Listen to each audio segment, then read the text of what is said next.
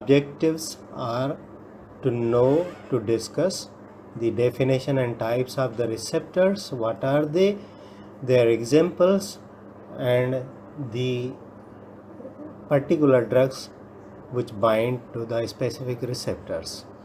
Then different terms related to the pharmacological mode of drug action, means receptor mediated drug action, and the definitions like agonist and antagonist with their types. By the definition, the pharmacodynamics is the study of physiological actions, the therapeutic effects, including side effects of the drugs on the living systems of the human body and their mechanism of action. The drug receptors, by definition, a receptor is a macromolecule or a site on the macromolecule that binds and interacts with the specific substance. That specific substance binding site is known as the receptor, or a molecule that attaches selectively to a particular receptor. It is known as ligand. Receptors are situated on the surface of the cell or inside the cell, maybe in the cell cytoplasm or maybe inside the nucleus. This figure shows you the binding of a receptor on its particular site, that is known as receptor site. The part of the molecule shown in the picture acts as the receptor site, and after the binding of the ligand to the receptor site, the molecule is shown to be in the movement, and it results in the follow-up effect. Another picture showing the neuronal terminal, the axon which releases the neurotransmitter.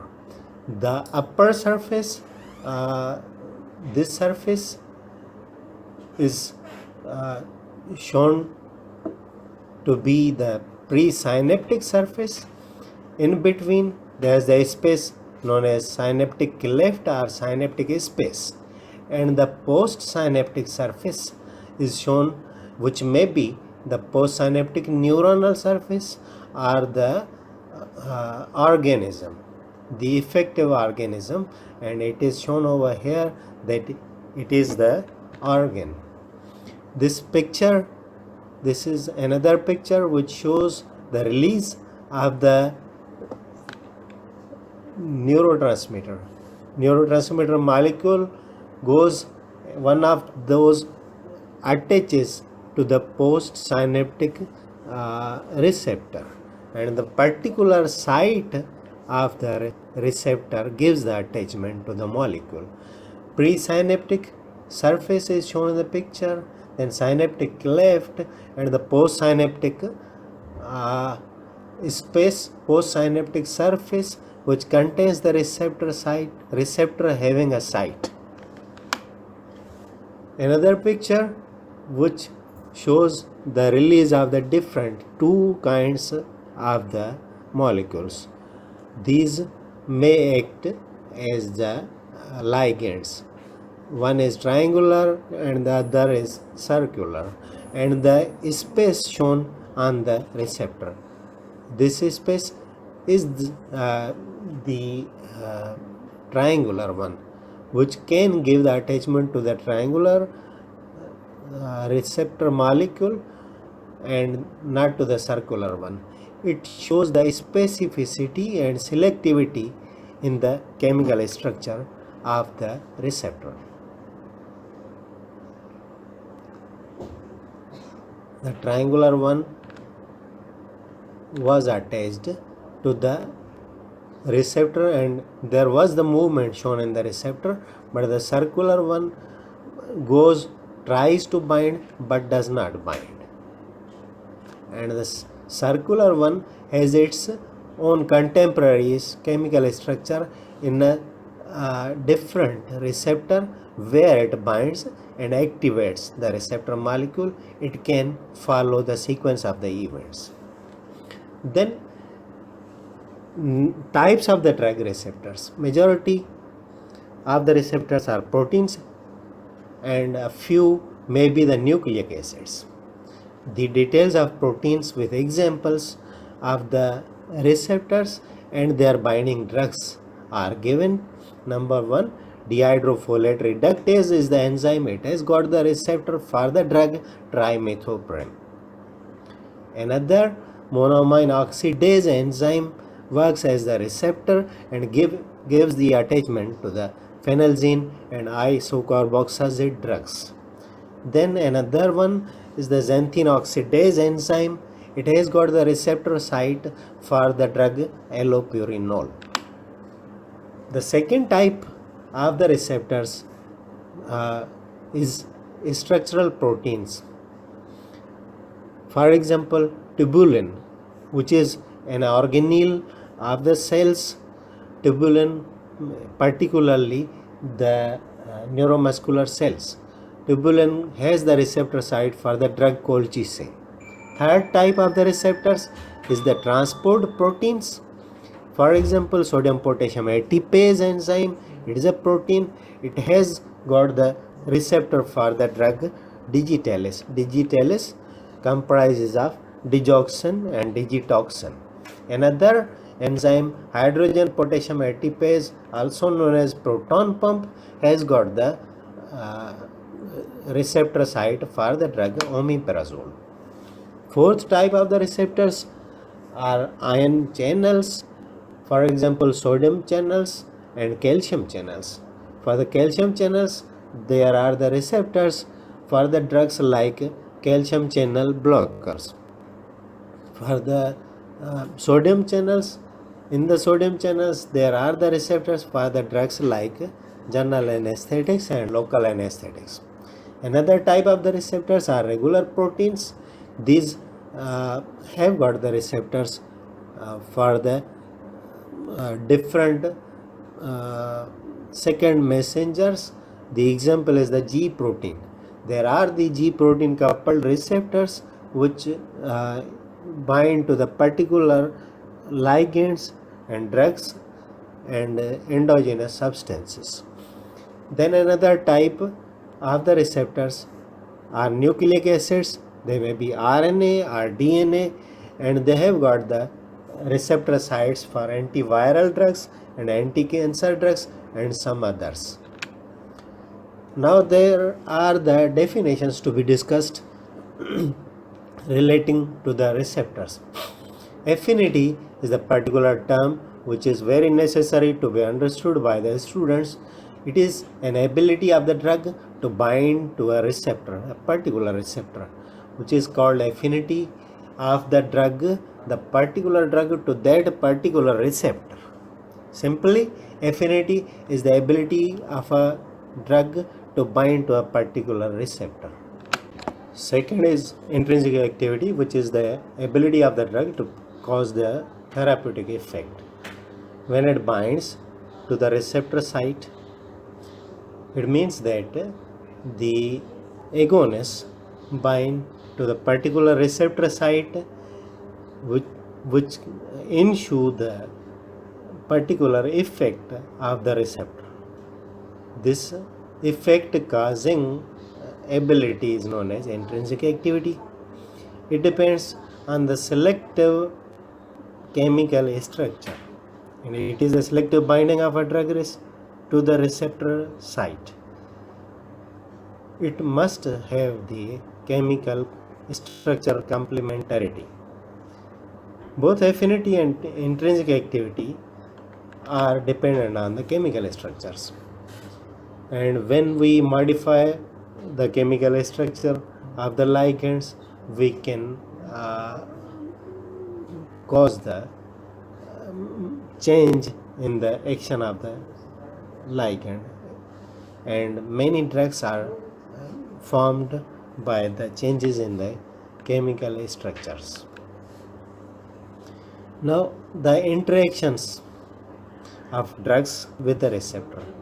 There may be any of these types of the bonding: ionic bond, covalent bond, van der Waals bond, hydrogen bonding, hydrophobic bonding, disulfide bonding, or any other type. And among these, we believe that the covalent bonding is very tight, and covalent bonding is undetachable. That binding becomes normally irreversible. Now coming to the definitions of an agonist and antagonist.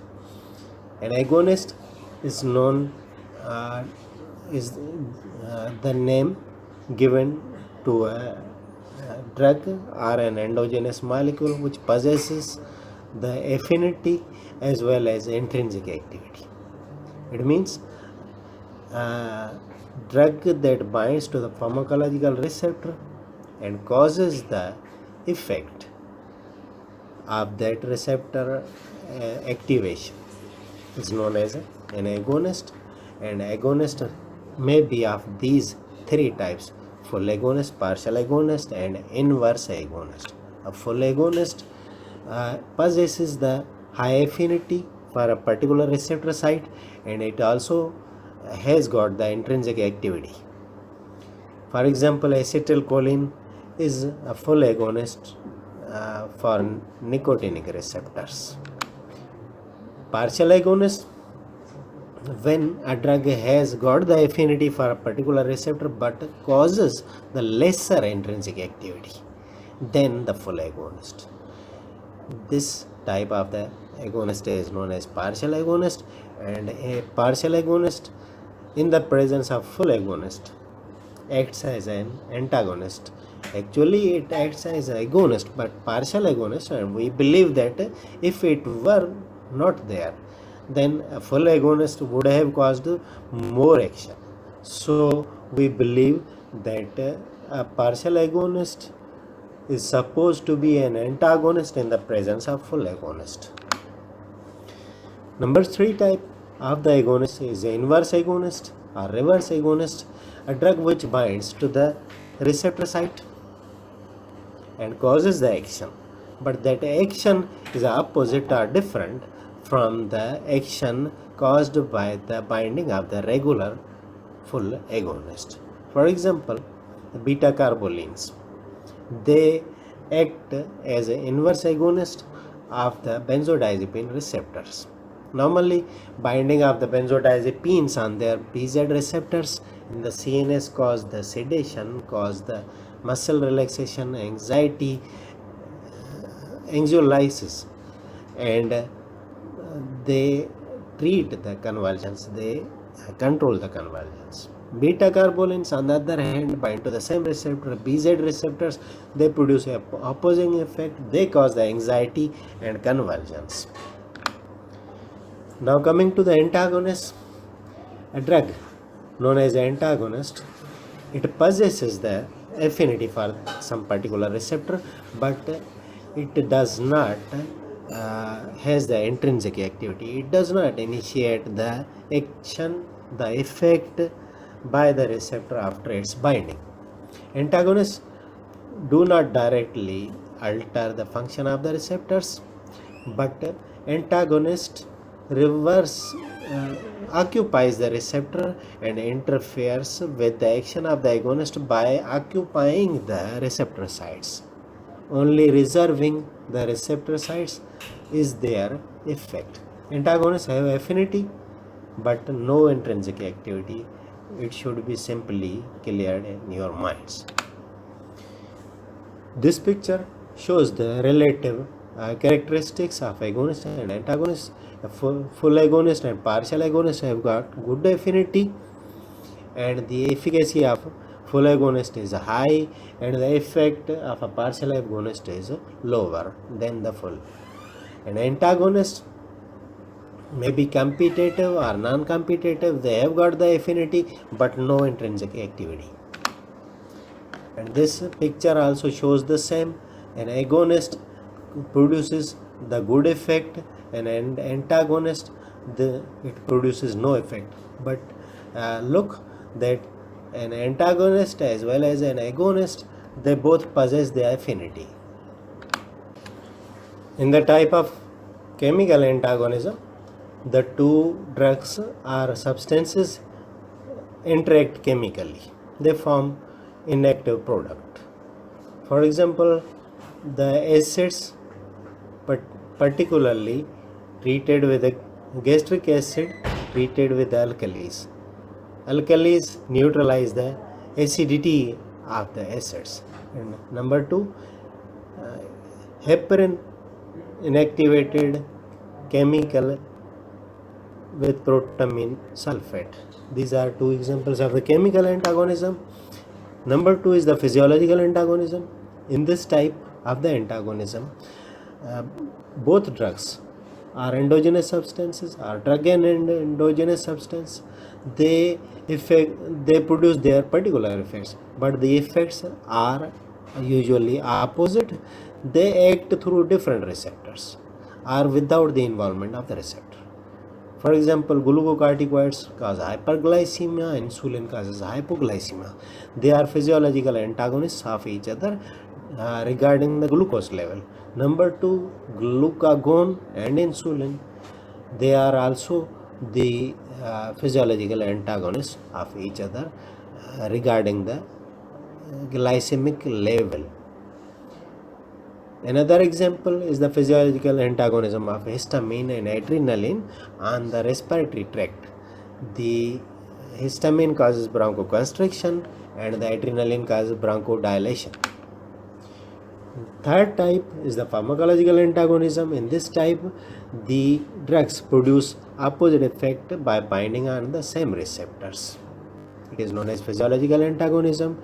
It has further subtypes: competitive, non-competitive. Competitive is further divided into two types: equilibrium and non-equilibrium. Let's see. Competitive antagonists interacts at the same receptor site as agonist. So it competes for binding of the agonist to the particular receptor site. In this type of the antagonism, the concentration of agonist required to produce a given effect should be greater than the concentration required to produce the same effect in the absence of the antagonist. It means when there is no antagonist, a little concentration of the agonist can cause the desired effect, and in the presence of the antagonist, we need more concentration of the agonist. The competitive antagonists can bind to the receptor site loosely, and their binding can be detached, can be reversed. That is known as reversible antagonism or equilibrium antagonism. In this type, the maximum response of the agonist is achieved by increasing the concentration of the agonist at receptor site, increasing the concentration of agonist. When agonist concentration is increased, it will more bind to the receptor site and cause the more effect, because the antagonist attachment is loose and reversible, detachable. And in this second type, it is irreversible antagonism. The binding of the antagonist to the receptor site is irreversible, means by the covalent bonding. The irreversible antagonist cannot be detached by the increase in the agonist concentration. It means regardless of concentration of agonist, this antagonism happens. This is known as non-equilibrium type of the competitive antagonism. An example is epinephrine and phenoxybenzamine bind with covalent bonding on the alpha adrenergic receptor, and the agonist of alpha adrenergic receptor cannot detach these bindings. Now coming to the concept about the receptors, a drug may act or may on one type or more types of a particular receptor. More types may differ in function, in their binding characteristics. It means that a drug only for one type of the receptor is not necessary. Number two, drug receptors are not static, they are dynamic. They may be increased in number, they may be decreased in number. So the number of the drug receptors is not fixed. When the number is increased, it is known as upregulation, and when the number of the receptors is decreased, it is known as downregulation. Change in the number of the receptor depends upon the disease or administration of the drug, and the persistent use of the agonist causes the downregulation of the receptors, means number is decreased, and persistent use of antagonist causes the upregulation of the receptors, means receptor number increases with the use of the antagonist. In the end, the spare receptors for producing a specific action, it should be clear that a drug molecule does not attach to all the available receptor number. So when the drug produces the desired effect by binding to the number of the receptor which is lesser than all available, it is the maximum effect, and the remaining receptor number which is not bound by the drug molecules is known as spare receptors. Spare receptors are normal.